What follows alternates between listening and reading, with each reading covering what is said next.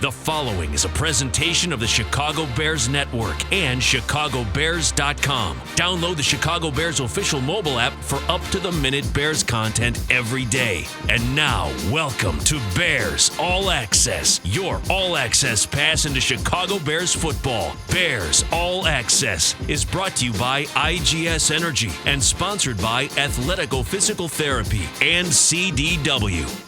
Good evening, everybody, and welcome in to another edition of Bears All Access with a broadcast partner from News Radio 105.9 WBBM, Mr. Tom Thayer, and a new phase of the offseason program kicks into gear tomorrow as rookies begin to gather and rookie minicamp. Tom, good evening. How you doing, buddy?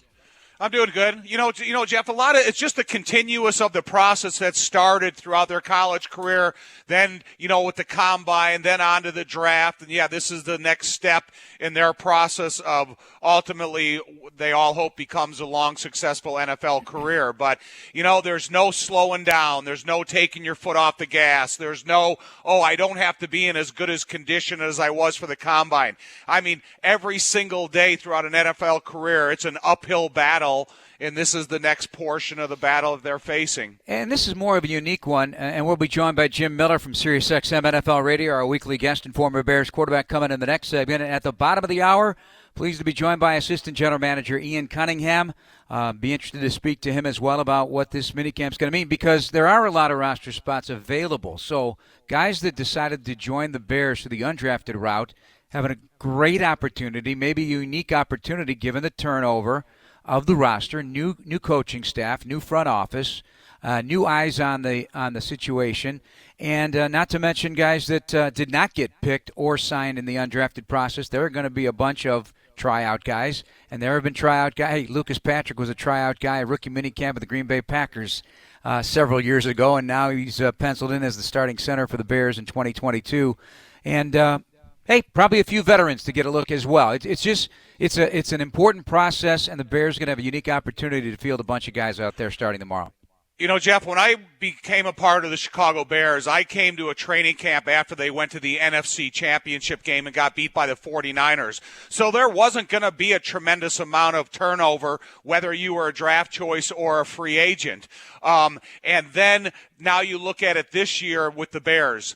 There is going to be a lot of turnover. This is a new coaching staff. They're coming off of a losing season. The competitiveness is going to be at an all-time high. So it's really going to be interesting to watch the whole process begin. And then we're going to have to get a roster the first couple weeks of training camp, because we're not going to be familiar with a lot of numbers and a lot of pieces in the place that they'll be in at the beginning of camp. You and I had a great time at the Bears draft party on Friday night, day 2 of the draft.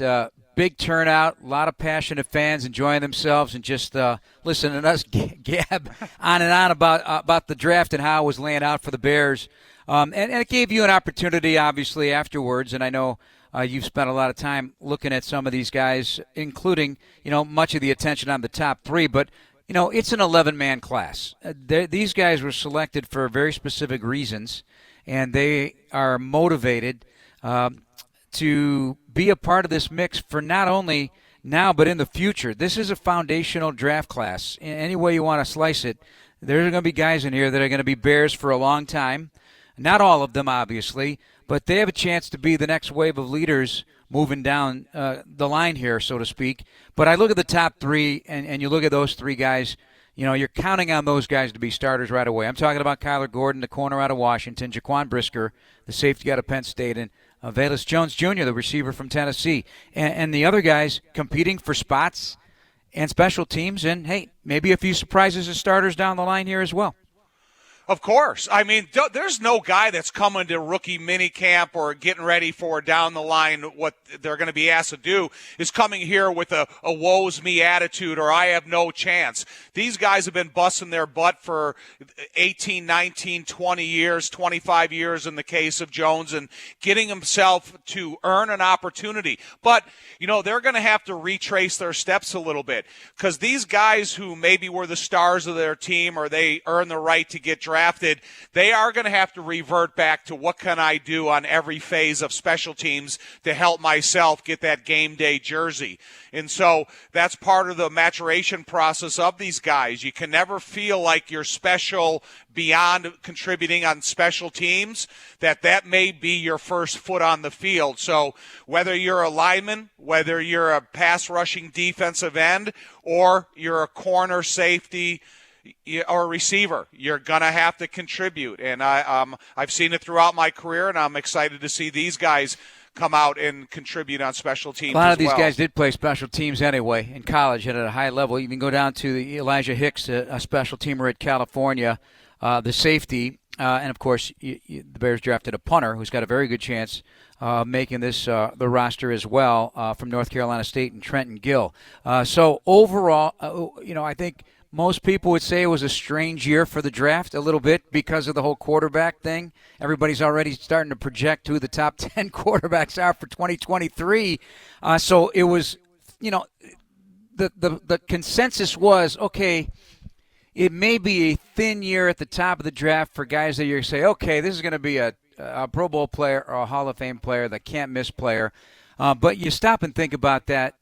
For many reasons, that's not always the case. Guys that may have had that label, they could flame out. That's happened too. But I think that there was quality throughout the draft. There were a lot more potential picks in this draft, and that's why there's a lot more impactful undrafted free agents coming aboard, not only to the Bears but other teams. Because of COVID and what it did, the special senior year given to these guys because of COVID, I think there's going to be a lot of surprises throughout this season, and certainly for the Bears roster, Tommy.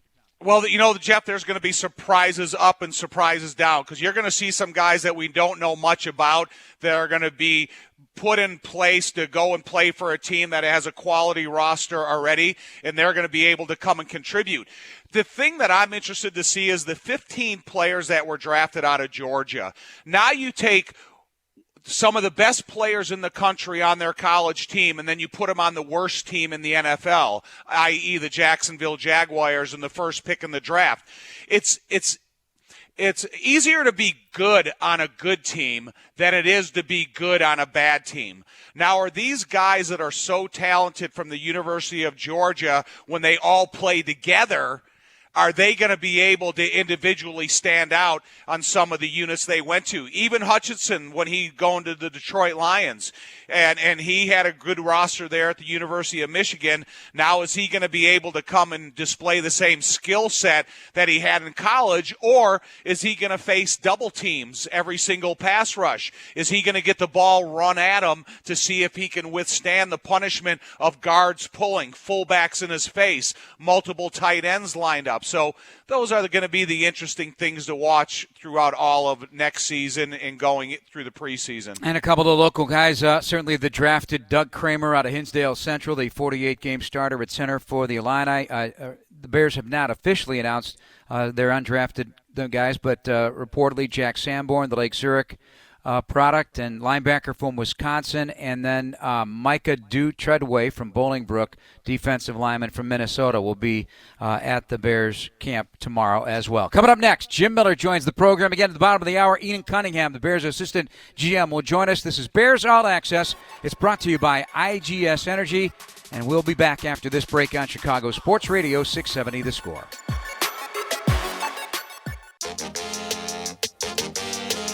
This segment of Bears All Access is brought to you by Athletico Physical Therapy. Visit athletico.com to request an appointment in clinic or virtually and start feeling better tomorrow.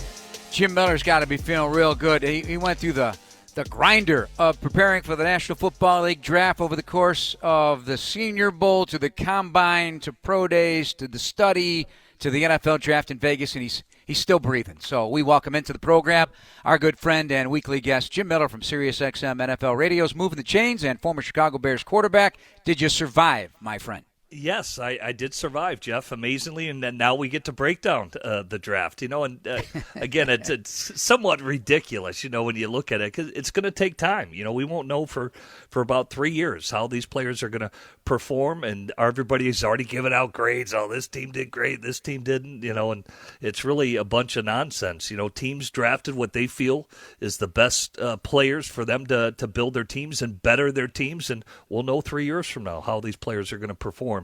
And it's about developing them. We said it. I think the Bears accomplished their goal. They did trade down. They acquired more picks from 6 to 11, and they stood pat. They stood true to their word. And I think a lot of teams, if you read between the lines, a lot of teams do exactly what they say they're going to do, and I thought the Bears did as well. I told Tom this was more like seeds, Tom, planted in the spring. And but in this case, it's a long spring. We're going to wait, like Jimmy said, several years from now to find out how this all works out. And I know we all look at mock drafts. Hey, teams look at mock drafts. They get some idea on where things might fall, but they become almost so powerful to the fan base that if somebody's not picked where everybody says they're going to be picked, it's like, oh my gosh, it's the end of the world and things haven't gone well. How do you look at mock drafts, Tom? And then Jim, you can follow up. Well, I think sometimes they're confusing. They're a smokescreen. I think last week on the show we were talking about who's going to go first, Hutchinson or the defensive outside linebacker from Georgia, and then you saw what ended up happening. And now, you think of the quarterback position, and since I've been following the draft as a college kid, and you think about the quarterbacks and the role they play within the draft, it seemed like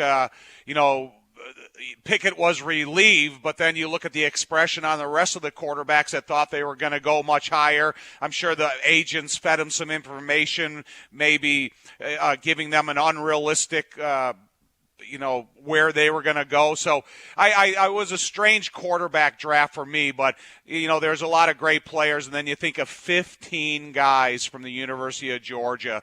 That's an amazing amount of players from one team to get drafted. And I'm sure there's other free agents that will go from there also.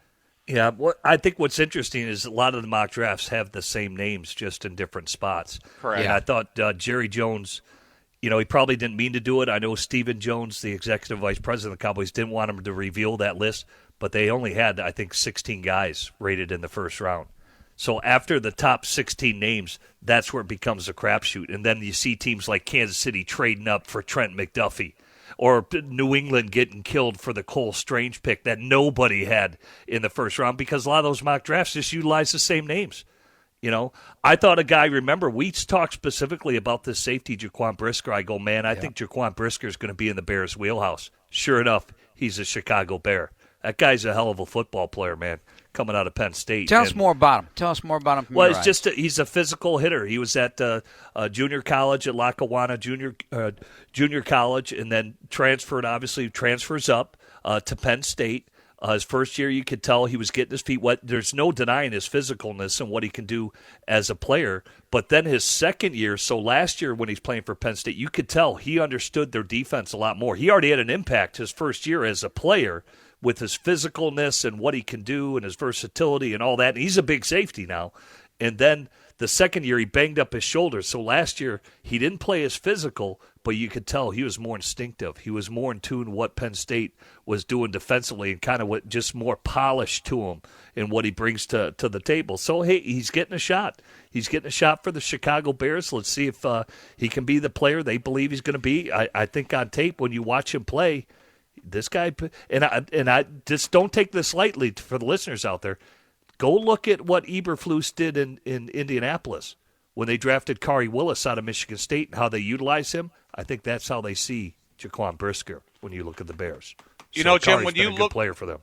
When you looked at the draft yourself and you see what the Bears, the way they went about their business with a corner, safety, receiver and stuff, is that the way you kind of felt the Bears were going to go, or did you have it in reverse order that maybe it would be an offense and defensive lineman to be, in that second round choices? I thought other players, I thought the receivers were going to be pushed down the board, because when you look at the D-tackle population and other positions, there weren't as many as the receivers. But sure enough, what happens in the draft? All of a sudden, right from the beginning, New Orleans trades up to get the player that they wanted at number 11, which was Chris Olave, but Garrett Wilson goes at 10 to the New York Jets. Chris Olave goes. Then, obviously, Jamison Williams in Detroit trades up for the receiver, and then it never stopped. Yeah. It was receivers. So all these good players are now falling down the board. And, I thought the teams were going to wait on receiver, but it's like they couldn't wait to select them is what it ended up being. And ultimately it pushed other players down the board that I think were beneficial and why you saw teams trading around so much after that. I mean, I forget how many trades there were. There was something like 96 or something like that. It was like 40% of the draft were trades because players were like, man, we can't believe this player's there. Let's trade up and get him. Let's trade down. We think we can wait here. But receiver kind of shocked me because I thought some other players would be going before the receivers because they didn't have the depth at the position like the receiver position did. Yeah, highest drafted position were DBs. There were 57 DBs, 35 linebackers, 28 receivers, 26 tackles. And the Bears got a bunch of those in those other picks. Tommy, you got Braxton Jones, Zach Thomas as an offensive lineman, Jatari Carter at guard, and Doug Kramer center. Now, these guys are all flexible, each and every one of them. I would say, Kramer's a true center, it appears. But what can you gather from the details on these guys? There's certainly the triangle numbers are interesting for all these guys, the height, weight, and then the different processes of looking at arm length and all that. There's unique aspects to each of these three guys. I need exposure away from the classroom. I need exposure on their feet. I need to watch them out of their stance and what their balances are. Are there guys that the Bears have drafted, because I know there are guys in the draft that maybe have never been in a three-point stance in their career yet, played everything out of shotgun. So now you got to make these minor adjustments. And even back in our day with the experienced guys that I was playing with, the first thing Dick Stanfield did every year to these guys that he was coaching for multiple years was started with a three-point stance. So that's Coach Morgan, the offensive line coach. You're going to have to just get an eyes on and see, okay, does this guy have the balance to be considered a right and left side offensive lineman? Can he take from how much information we just fed him in a short time in a classroom and then convert it to on-field, out of breaking the huddle and everything. So I think it's fun for these coaches that have a chance to take some of these late-round offensive linemen and mold them into future competitors for the Bears. Jim, how in the world does a former wide receiver become a pass rusher? Dominique Robinson out of Miami, Ohio, the fifth-round pick. Well, wait a second. He was a quarterback in high school. Yeah. So a quarterback to the pass rusher. I never would have survived making this move. Let's just put it that way. Right. But, hey, man, he's got some traits to him. There's no doubt about it. But obviously it tells you what a good athlete he is. They see good upside. A lot of people compared him to Trevis Gibson for Bears fans that are out there. So he's a traits player. And I think, again, it tells you that Eberflus and the staff, and obviously we're going to talk to Ian Cunningham, and we could talk to Ryan Poles as well. They like his upside as a player. And clearly, when you look at the pass rushers in the style of defense that the Bears are going to run, they feel he's got upside and can develop into a really good player. Trevis obviously made the adjustment to the 3-4. Now it's going back to what the Bears are doing. But this is a player they feel who they can mold, and he's got good numbers, man. So he's got some upside to him, and I think that's why the Bears are really taking a shot on him, and they liked what they saw in college coming from Miami, from Ohio. Yeah, I've seen more than one article written about some of the top 10 guys to keep an eye on. Dominique Robinson, one of them, 41-inch vertical jump, certainly a high ceiling. And Travis Smith, his position coach, will retrain his wheels, so to speak, and get him to learn this particular style of defense and be that edge rusher. With Tom Thayer, Jim Miller, I'm Jeff Joniak. Coming up at the bottom of the hour, we're joined by Ian Cunningham, the Bears' assistant general manager. This is Bears All Access on Chicago Sports Radio 670 The Score.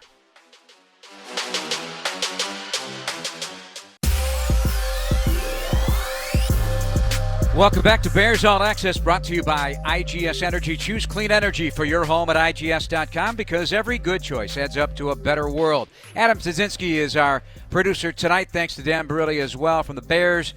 I'm Jeff Joniak along with Tom Thayer and Jim Miller from SiriusXM NFL Radio's Moving the Chains. Coming up in moments, Ian Cunningham, Assistant General Manager of the Chicago Bears, our introduction to Big Ian.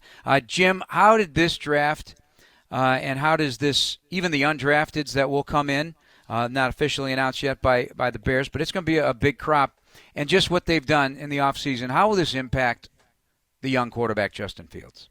I think, it's going to sort itself out. I think you're providing plenty of competition all across the board, even with the offensive linemen you guys have talked about, like Braxton Jones, who they drafted there in the 5th. Offensive tackle from Utah State. Minimum, he's going to come in. Yeah, you want him to compete at the tackle spot, but minimum, can he be a swing tackle? Can he contribute right away? And that's a 5th-round pick. Everybody will think, well, that's a lot to ask. Well, may I remind everybody, Darnell Mooney was a 5th-round pick. Did he contribute early? Larry Borum. Yeah, and you can go on and on. So it's going to be competitive. Tom touched on it. There are no sacred cows here now. Other than a few players. Justin Fields is one of them. We've talked about Jalen Johnson. They're going to expect a lot from Kyler Gordon. He's going to be thrown into the fire. He's going to be expected to contribute, and he's going to be a starter. Brisker's going to be on the field a lot. Velus Jones, the receiver they drafted from Tennessee. Granted, he transferred from USC. Minimum, is he their returner? That's how receivers get on the field early, as their return ability. This guy is like a return specialist. He's playing, in my opinion. So, they're going to compete, and a lot's going to be expected of them. And I think, again, don't judge these coaches. Don't judge these GMs. Let them develop these players. Let them develop them, and then see how it marinates, see what happens. And, yes, they will contribute, and they'll help Justin Fields. I'm interested to see Cole, because you talk about Cole Kmet is coming into a tight end room. Even though they signed some veteran experience, he's going to be hopefully the leader of that position. And when you think about him continues to develop a relationship in this offense with Justin Fields, he could be a key contributor this year. And, not only is his blocking on the line of scrimmage going to play a big role, but he as a receiver is going to have to play an enormous role because, getting the ball out of Justin's hands with an immediacy is going to, be helped by the tight end position. So I think that we have high expectations of Cole, and I think it's he's going to have to live up to those expectations and play a huge role in leadership on this team and leadership at that position. And the running game's going to help him out too. I think this is going to be something of significance for him. This offense sounds like it's going to be ideal for his traits, fellas. And Tom, that development will help others develop as well. And that's what I keep talking about. I was on a podcast today talking about raising all boats. That's the next step as well as his development for Justin Fields.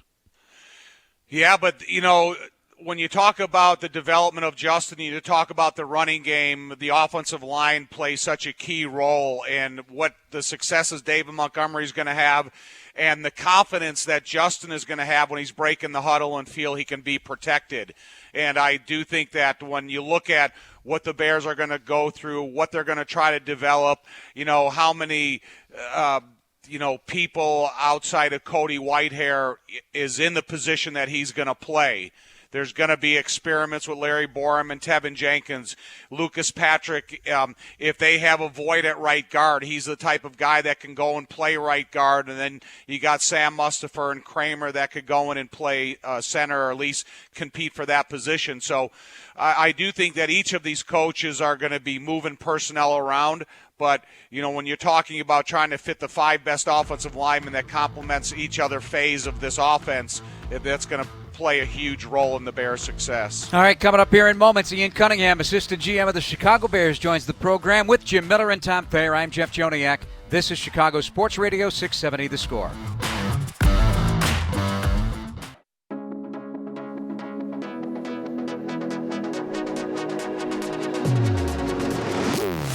Chicago Bears single game tickets go on sale next Thursday, May 12th. Be the first to know by signing up for ticket alerts at chicagobears.com/tickets. In fact, after the NFL schedule release, 8:30, your chance to buy those tickets and join the Bears in 2022. Welcome back to Bears All Access. It's brought to you by IGS Energy with Tom Thayer and Jim Miller from SiriusXM NFL Radio's Moving the Chains. I'm Jeff Joniak. We say good evening to the new assistant general manager of the Chicago Bears, Ian Cunningham. Ian, thanks for taking the time. I'm sure you have not even had taken a breath, given what has transpired since your arrival and the new front office and the acquisition of player after player after player in a very thorough draft process. How'd you come through it, my friend?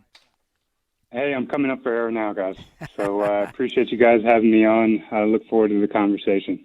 Well, let's take you down the conversation trail of just what you believe you guys have added, not just through the draft, but just through the whole process. We don't need to go through, obviously, player by player, but just the type of men that are coming in here, because it is a clean slate. That's been mentioned many times for the guys that were here and the guys coming in, and now you're jumbling this all up and seeing what fits best where. Yeah, I think we got a bunch of guys that love football. I believe that we got a tough, physical, gritty group, both in free agency and both through the draft. Really fired up about this draft class, being able to look and think we were going to only have 6 players, but come out with 11 guys that fit what Coach Flus and Ryan are about, and fired up to get them on the field this weekend too. Hey, Ian, how you doing? This is Tom Thayer. Welcome to Chicago. Love to have another offensive lineman in the room. Always makes us smarter. But, Ian, I was reading a little bit about the evaluation down at the Senior Bowl. So with all your experiences, do you go there with a list of candidates that you're looking forward, or are you waiting for someone to join catch your eye?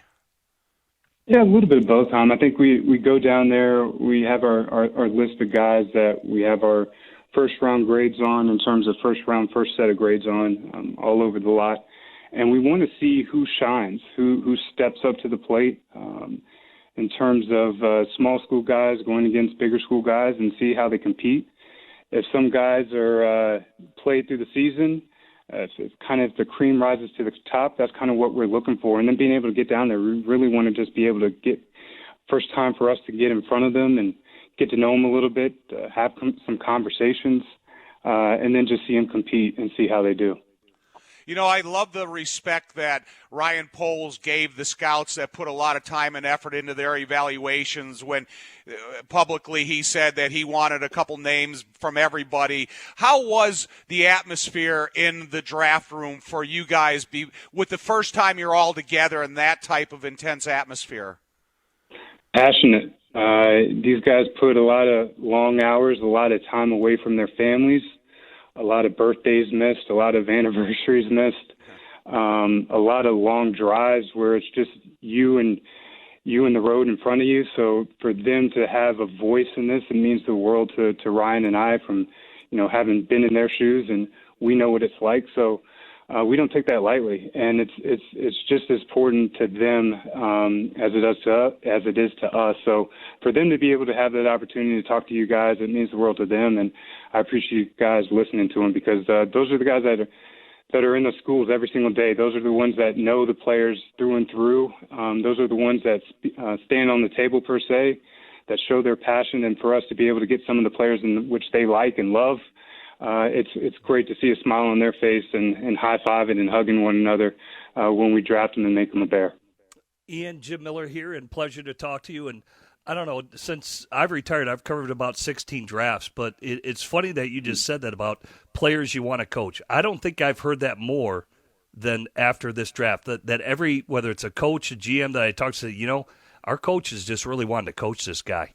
It was about the person, it was about the player's love of football, and just being able to coach a player that really fits, that a coach would enjoy coaching. It's really come up and been a common theme of this draft. I've never heard it more than this year, ever before. Right. I think that's a testament to Coach Eberflus and Ryan in terms of one vision, right, in terms of scheme and people, right? So we were very scheme-driven in terms of what we do, and we had the coaches talk to all the scouts to explain what positions, how they want them to look in terms of measurables, in terms of play style. And we were able to kind of ask questions, and we had a really good foundation set by Coach Flus and his staff, and then we were able to set our foundation from a scouting perspective. And when you blend the two and you speak the same language, it's funny how everything kind of works itself out. And for us to have those intimate conversations with all the coaches and tell them the guys in which we like, and sometimes we weren't aligned, but quite often we were, and that's that synergy. That's what we're looking for. And I think kind of going back to what you're saying, Jim, with guys that want to be coached, it's about the people too. We can look and turn on the tape and see a good player, but when you get them in the building, when you spend some time with them on each exposure, that's what you're looking for. You're looking for if this is a guy that you want in your building day in, day out. Is this a guy that you want to help? Is this a guy that wants to be helped, right? So when we can get the scheme right, and then when we can get the players that fit the scheme, and when we can get the right people that fit it all, I think that's when you're really cooking. And for the listeners out there, when you're going after these undrafted free agents, I mean, it starts way before the draft ends, where you're burning the phone line. So I hate to see the phone bill at Hallis Hall, because I got to believe this. I think I counted over 35 guys you signed undrafted free agent. You were burning the phone lines after the draft was while it was rolling and when it was done to sign these guys.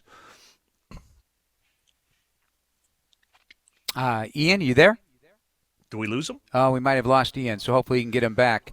I just bring up the phone lines, and now one disconnects. Yeah, right. Anything now? You burned him up, Jim. You threw him a fastball. I mean, I'm anticipating a huge turnout tomorrow for the rookie minicamp. Again, I alluded at the top of the show, just the number of undrafted free agents, but also tryout guys, and then also some guys that maybe veterans that get an opportunity to show what they have, even guys on their own roster. We've seen that for years. I think Tom brought it up, though, to me, like, who's quarterbacking? And that's a fair question. So I think there's a Ball State rookie. And Drew Plitt. Yeah, Drew Plitt. Drew Plitt is expected to be one of those guys, Tommy. So, yeah, you need quarterbacks to have the practice run smoothly, and we do have Ian back. Okay. Ian, sorry we lost you there. Sorry about that, guys. Sorry, I no think you were problem. talking about the phone bill. I guess I need to pay my phone bill. Right? It's perfect timing. Perfect timing. Man. Yeah, right. Really. Apropos there. Right. But, I mean, legitimately, you guys were burning it up, man. I mean, you signed a lot of guys that you want to take a look at. Yeah, we did. And to be honest, that didn't just start the night before the draft. We had a really cool system put in place weeks prior in terms of how we wanted to streamline things, and our scouts and coaches were getting on the line and talking to players that we were interested in potentially drafting late, that we were looking at as late round draft picks or potential undrafted free agents, and really just starting those relationships. And our scouts did a really good job of streamlining that process with the coaches, and we were able to get a lot of guys in here, and we're looking forward to tomorrow and the rest of this weekend to see them on the field. Ian Cunningham, our guest here on Bears All Access, Bears assistant general manager, and a very good friend of Ryan Poles. They've known each other for a long time. And if you get a chance, folks, if you're a subscriber to The Athletic, check it out. A great story back in mid-March done by our good friend Dan Pompei on Ian's rise through the ranks, the influences in his life. Too impressive and lengthy to discuss in a small time frame here, but for the sake of this exercise, you were with the Baltimore Ravens for 9 years, if I'm not mistaken. 5 with the Philadelphia Eagles. They've both done extremely well in the draft process and player procurement. And I've talked about this often, and I mentioned this to Ryan the other day, Ian, is that this is the hope, I would imagine. If you close your eyes, you know what a Baltimore Raven looks like. Like every time somebody came off the board, yep, makes sense. Is that what you want for the Bears? Do you want fans and those who analyze this stuff eventually to close your eyes and know what a Chicago Bear looks like? And do you think you've started that foundational process? Of course you do. I think that's what you hope. You're having a lot of success because you're still here. You're still in those seats. You're still able to draft those types of players. That's first and foremost, but I think that's one, at least in the scouting community, that's probably one of the highest regards of respect and admiration when a team, when you can close your eyes and you can say, yep, that's a Baltimore Raven. We all want people to be able to say, yep, that's a Chicago Bear. That's why we're here, and that's what Ryan and Coach Eberflus are trying to build, and just thrilled to be a part of it and help them build that here. Ian, the strategy behind a rookie minicamp, would you like to over-inform these guys to see how they filter through the information, or do you just give them enough to try to look at their traits more of a confident, full-speed type of atmosphere? I think there's a little bit of both, right? You want to see how they adjust. You want to see how they adjust to the playbook. You want to see how they get on the field. It's some guys are bright-eyed. Some guys just hit the ground running. We say some guys look better in shorts and shirts. Some guys don't. So you want to kind of go through the whole process and get them on the field, get them acclimated, and just see how they run around, how they catch the ball for tight ends, receivers, and how offensive linemen are quick to pick up the playbook. I'm sure, Tom, we tend to gravitate towards the offensive lineman first just to see how they move and how they strike the bag, and if you can hear the air come out the bag, all those things that you look for. But I think it would be a little bit of both. Mm-hmm. And I'll stick with that theme, Ian. And I've talked to a lot of guys about not overloading guys. Like you said, Velos Jones, obviously, that guy could rip it in terms of his ability to run. But some guys, and how you utilize him, is it one position? Do you move around in terms of the slot? Or obviously his kick return ability is second to none. But some guys are multiple guys that you're going to shuffle around and try at different positions and overloading them, so to speak. Do you focus in on one position, or do you try to at least introduce them to other things you think they possibly could do? I think with that, Jim, I think looking at Velas coming out, he did a little bit of everything, right? So you saw him on jet sweeps, you saw him in the slot, you saw him in the kicking game as a returner.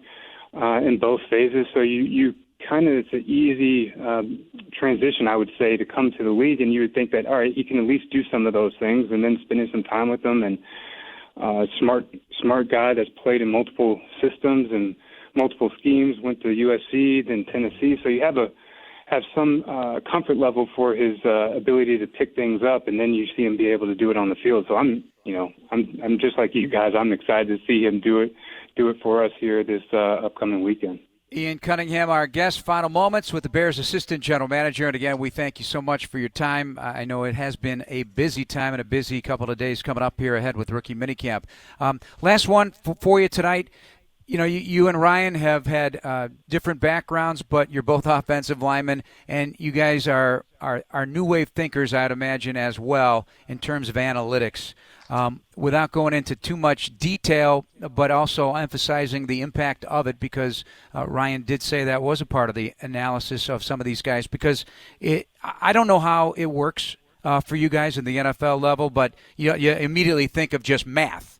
Is that the analytical process, and did any of that help you pick some of these 11 guys in terms of their height, weight, speed, arm length, you name it, explosion skills, change of direction, shuttles, three cone, all that stuff for their various positions? Yeah, Jeff, I would say yes. If as you break it down with as that, height, weight, speed, measurables, arm length. We look at all of that. We take all of that into account.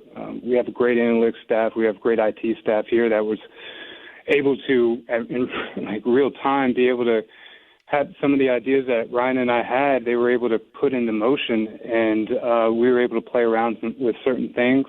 But I think it's using analytics. Analytics is a tool. So we come from a scouting background and the foundation of what we think about a player and his athletic skill set, but analytics helps fill in some gaps. Analytics helps ask some questions. Analytics helps answer some questions. So I think if you use analytics in a pure sense, truly trying to come with the pure process, it helps. And we were able to use analytics. We were able to use technology. We did some really cool things with some strategy meetings and mock scenarios and you name it, that really helped us prepare and feel comfortable going into the draft. And, so with all of that being said, that we will use technology, we will use analytics to help make some decisions. Very good. Well, we could spend a whole hour with you talking about all this stuff and getting into your very, very diverse and interesting background. And it sounds like one heck of a father who must be quite proud of son as an assistant general manager for the charter franchise of the National Football League. Agreed? Agreed. right? All right. Hey, we'll let you go. Appreciate it. We'll see you on the weekend. Thanks, guys. Look forward to seeing you soon. Ian right, Cunningham, our guest, Assistant General Manager of the Chicago Bears. I'll be back with more with Tom Thayer and Jim Miller here on Bears All Access. It's brought to you by IGS Energy on Chicago Sports Radio 670 The Score.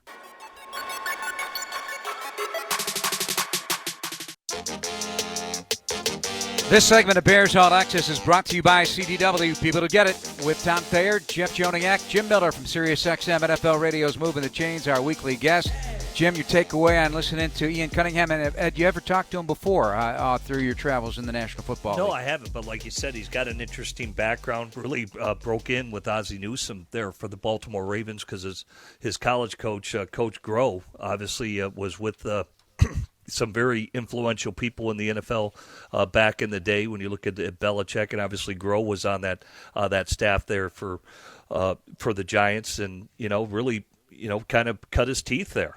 And Ozzie, I mean, not only is he a Hall of Fame player, he's a Hall of Fame GM when it's all said and done. And so he learned from some of the best. And guys who were on that staff have moved on, like a Joe Douglas, who's now the GM of the New York Jets, and are become really big-time players in the National Football League with their selections as GMs now. So, yeah, he's got a very interesting background and obviously in-tuned with the modern era of football and how it's being played and what these players can do and how they approach it, because Ozzie was probably considered one of the best drafters. And I thought Eric DeCosta this year, he knocked it out of the park. I mean, they got leapfrogged by Philly for that Jordan Davis, but boy, did they recover. Oh, my God, what a draft class for the Baltimore Ravens. Yeah, and Tom, Ian, and I do recommend the article. First of all, he was the Athletics 40 under 40 in 2020, so considered a rising star in the personnel business side of the game. And he won a Super Bowl with the Ravens and the Philadelphia Eagles as part of those front offices, so he knows what it looks like to get to the top and win a Super Bowl, as you do as a player. And I know there's so much interesting things about him. He's the second cousin of the late tennis great Arthur Ashe, and his father, Louis Cunningham, was an agent, I believe. What's that? He was an agent, wasn't he? Yep. But he just many things, diverse, but the motivational and inspirational route of listening to speakers even as a young age has kind of crafted his thinking process a little bit, Tom. And what were your impressions? But I like this because I think when you have a chance to work alongside Ozzie Newsome, you necessarily don't live by analytics. You live by looking at football players and then trying to evaluate how they can contribute to your team. But I like the analytic answer he gave us, that it's not the end all. It doesn't make the final decisions. It can start some questions and it can answer some questions. And so I like that because I've never been one of those guys that's over the top about analytical decisions when you're looking at football players.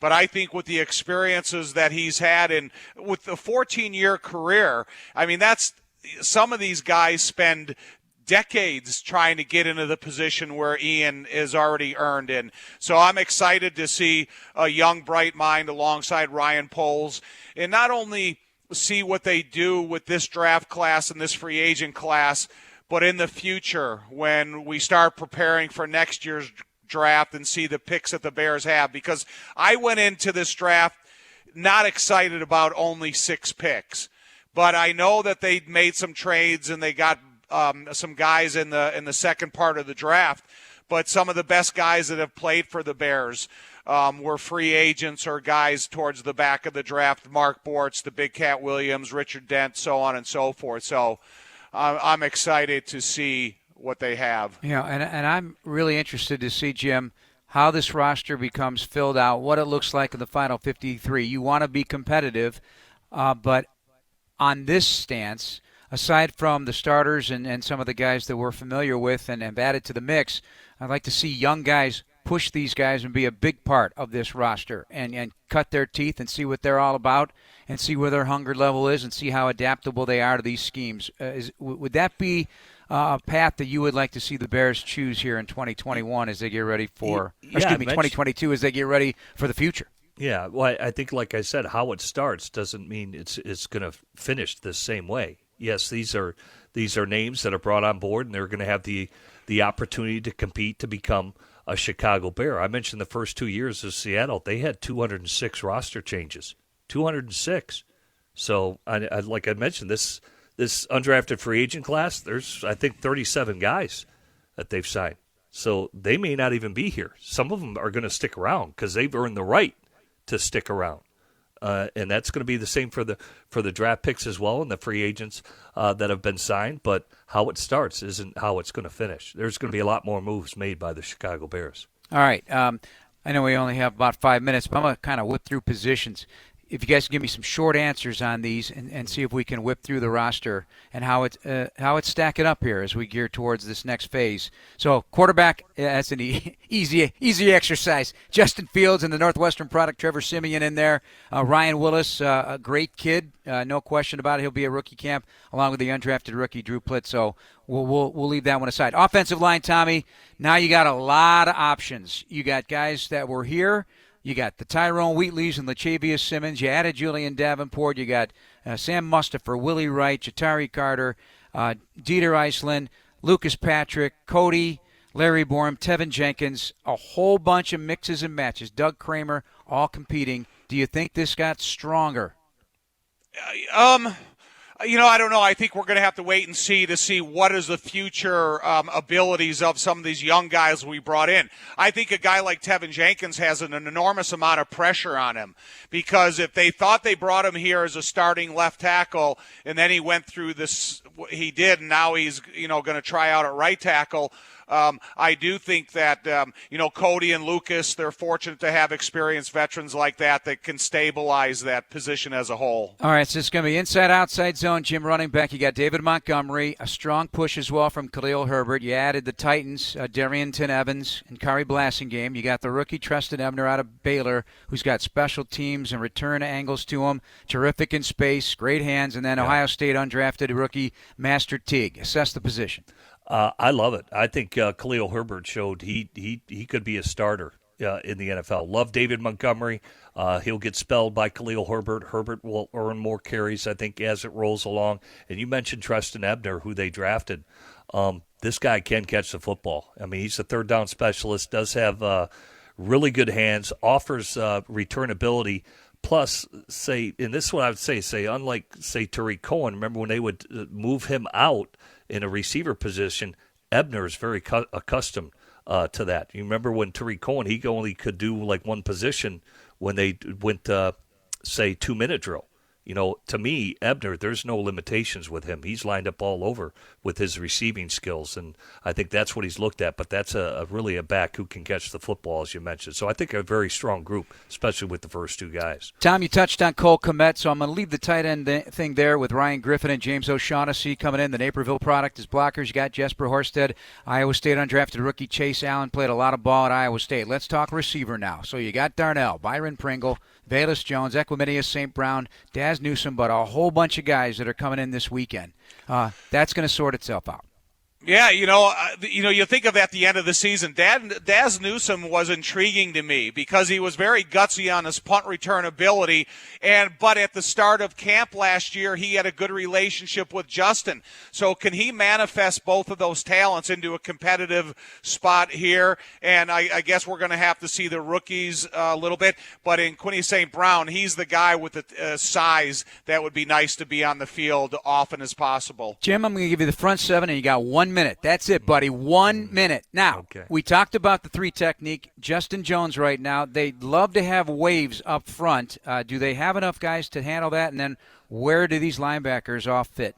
Yeah, I would think with Mario Edwards and Angelo Blackson, I like what I saw from Blackson last year and how he performed. They can come in and be that rotation that you're looking for. I think on the outside, Gibson is obviously going to be converting to the outside now with his hand on the ground as a pass rusher again. So he's been accustomed. He's been in that position before. Quinn speaks for himself, the 18.5 sacks. I love the linebackers. I like the signing of Nicholas Moreau and Roquan Smith. We'll have to see how the backups fill in with Joe Thomas and Matthew Adams there, and we'll see what the college free agents are able to bring. I love the drafting of Kyler Gordon. I think that guy's a solid corner. He's got 4.5 speed, but he's twitchy. He's flexible, very physical hitter, so he's not afraid there. And And then, of course, when you look at the safety position, I think Brisker is going to bring a physical attitude as well. Team him up with Eddie Jackson, like what I see there. And we already know what we've seen from DeAndre Houston Carson. So, yeah, overall, I think they got better, but let's see how it plays out. Jim, great job. Tom, ditto. And we'll see you next week. That'll do it for this week's show. Thanks again to Adam Stadzinski and Dan Barilli. For Ian Cunningham, the Bears Assistant General Manager, for Tom and Jim, I'm Jeff. Thanks for listening, everybody. Coming up next, we got Gabe Ramirez and our good friend, Caitlin Sharkey. They'll take you the rest of the way tonight. This has been Bears All Access on Chicago Sports Radio 670 The Score.